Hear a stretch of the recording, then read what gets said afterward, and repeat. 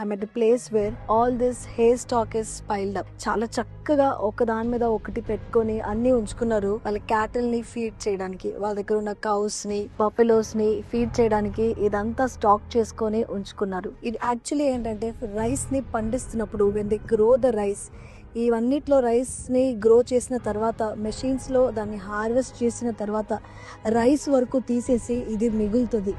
ఇది మిగిలినప్పుడు ఇది తీసుకొచ్చి ఇలా వాళ్ళ క్యాటిల్ని ఫీడ్ చేయడానికి ఫార్మర్స్ ఉంచుకుంటారు.